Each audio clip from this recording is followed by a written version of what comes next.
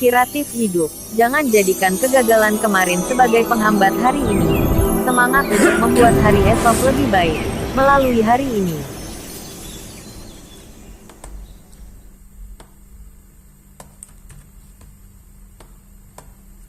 Episode 43, Andi Laksono. Yuana sudah tidak sabar untuk mengetahui seperti apa sebenarnya wajah Presiden Direktur Grup Citra Abadi. Sementara, Sean pernah mengatakan pada Rosiana untuk tidak mengatakan apapun mengenai dirinya pada Yuana. Bagaimana mungkin Rosiana melanggar perintah dari Presiden Direktur hanya untuk uang yang tidak seberapa ini? Rosiana buru-buru mengembalikan segepok uang tadi pada Yuana dan berkata, "Nona Yuana, saya tidak memiliki foto Presdir. Tapi saya bisa memberitahu Nona bahwa Presdir Yuwono sangat tampan. Selain itu, beliau juga kurang lebih seumuran dengan Nona." Ketika Rosiana mengatakan, "sangat tampan," dua kata ini membuat Yuana mabuk kepayang. Meskipun negosiasi kontraknya lagi-lagi ditolak, gadis galak yang bodoh ini lagi-lagi meninggalkan perusahaan dengan hati yang gembira. John datang naik pesawat untuk menemui kakak tertuanya, Tuan Andi, di Bangkok, Thailand. Selama beberapa tahun belakangan, Andi telah bepergian berkeliling Asia Tenggara untuk menjalankan beberapa bisnis gelap dan juga merekrut cukup banyak preman. Di sebuah gimnasium kecil tempat diadakannya sebuah pertandingan tinju gelap, Andi sedang minum alkohol di bawah cahaya lampu temaram sambil bersorak menyemangati petinjunya yang ada di atas ring tinju. John datang ke tempat duduk Andi dan menyapa dengan ekspresi penuh hormat. "Tuan Andi." Andi mengabaikan John. Setelah pertandingan tinju selesai, barulah dia melihat John dengan girang dan berkata, "John, kenapa kamu jauh-jauh datang dari Jakarta kemari? Apa terjadi sesuatu?" John mengangguk. Ketika dia melihat Andi menyesap alkoholnya, dia buru-buru mengambil botol alkohol dan mengisi gelas Andi lagi. Kemudian, dia menjelaskan, "Aku memang mengalami sedikit masalah di Jakarta. Karena Tuan Andi selalu memiliki ide-ide yang cemerlang, aku kemari untuk meminta bantuan Tuan Andi." Andi mengeluarkan cerutu dan meletakkannya di dekat hidungnya sambil mengendus cerutu itu. Kemudian berkata, "Dalam 2 tahun terakhir, sepertinya hampir semua toko-tokomu juga sudah ditutup. Kira-kira kamu memiliki setidaknya kurang dari 100 anak buah, kan?" John adalah anak buah didikan Andi.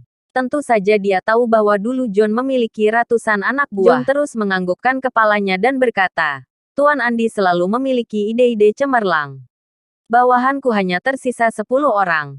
Tapi mereka bahkan sudah dihabisi oleh seorang bocah bernama Sean Yuwono hari ini." Andi yang tadinya tersenyum dan hendak menyalakan cerutunya kini langsung melemparkannya ke kepala John begitu mendengar perkataan itu. "Dasar bajingan memalukan. Aku kira kurang dari 100 orang. Bagaimanapun juga, seharusnya tersisa 7 atau 80 orang. Tapi, anak buahmu justru hanya tersisa 10 orang dan mereka semua juga sudah dihabisi." Andi mulai marah-marah. "Aku meninggalkan Jakarta dan meninggalkan ratusan anak buah padamu. Tapi kamu bahkan tidak menyisakan satupun untukku." Belum puas setelah menghancurkan barang-barang, Andi juga memegang kepala John dan menamparnya dengan sadis. Namun, John tidak berani menghindar. Dia membiarkan Andi memukul dan memakinya. Ketika amarah Andi mereda, John mengambil cerutu Andi dan membantu menyalakannya sambil menerangkan, "Tidak hanya toko yang ditutup, bisnis apapun bahkan tidak berjalan dengan baik di tahun ini. Ditambah lagi, sekarang mengirim makanan, menjadi supir taksi online, dan menjalankan media sosial juga sangat menguntungkan sehingga orang-orang ini memilih untuk beralih karir. Memiliki 10 orang yang tersisa saja sudah termasuk tidak buruk." Andi mengisap cerutunya dan mengangguk-anggukkan kepala. "Sejak awal, aku sudah tahu bahwa zaman sudah berubah. Zaman sekarang sudah tidak seperti saat aku masih muda dulu saat kekayaan dapat diraih dengan memukul dan membunuh orang," kata Andi. "Preman-preman yang ada saat ini, semuanya tidak berguna, mana ada yang memiliki semangat bertarung yang besar. Tidak heran jika 10 anak buahmu itu sampai dihabisi orang. Aku bisa saja mencarikan 1 orang yang ada di sini dan juga tidak masalah bagiku memilihkan 10 orang bawahan untukmu, tapi, apa kamu tahu di mana letak masalahnya?" tanya Andi. John dengan rendah hati meminta nasihat Andi dan menjawab, "Mohon tuntunan Tuan Andi, Andi menjawab. Itu karena saat ini orang-orang sudah terlalu kaya. Untuk apa membuat kekacauan jika memiliki banyak uang? Hanya kemiskinan yang bisa menghasilkan semangat bertarung yang besar. Andi melanjutkan. Kita adalah sekelompok orang yang hidup di dalam kegelapan. Tidak ada ruang bagi kita untuk hidup dalam terang. Akan tetapi, ketika aku meninggalkan Jakarta 2 tahun yang lalu, aku mengalihkan perhatianku pada tempat-tempat miskin yang berada di Asia Tenggara. Di sini, aku sudah memiliki lebih dari 2.000 anak buah. Selain itu, setiap seorang dari mereka bahkan dapat mengalahkan 10 orang sekaligus. John mengagumi Andi dan berkata, saya tidak perlu mengalami kekacauan seperti ini jika memiliki setengah dari kepintaran Tuan Andi. Mohon Tuan Andi izinkan saya membawa 100 orang untuk menghabisinya dan membalaskan dendam para anak buah saya. Andi melirik John dengan dingin. Kemudian menjawab, aku juga anak yatim piatu, sama sepertimu.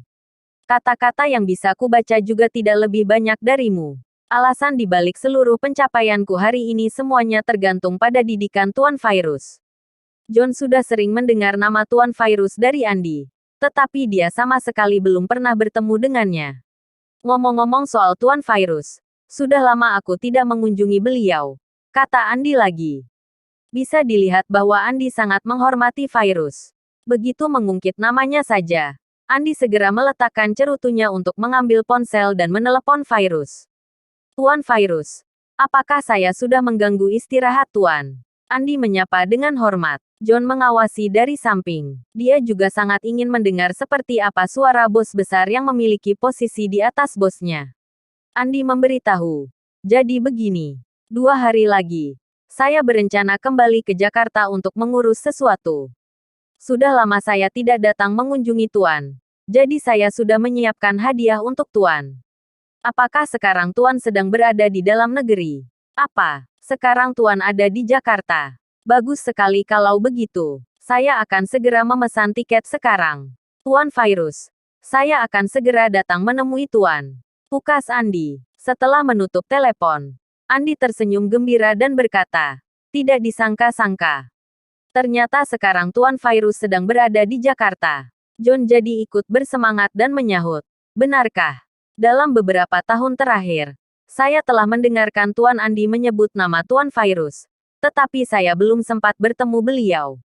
Kali ini Tuan harus mengenalkan saya pada beliau. Plak, Andi menamparkan John dan memaki. Apa kamu tidak tahu betapa terhormatnya status seorang Tuan Virus? Bagaimana mungkin seseorang yang tidak berguna sepertimu ini menemui beliau? Aku saja bahkan harus membuat janji untuk bisa bertemu dengan beliau.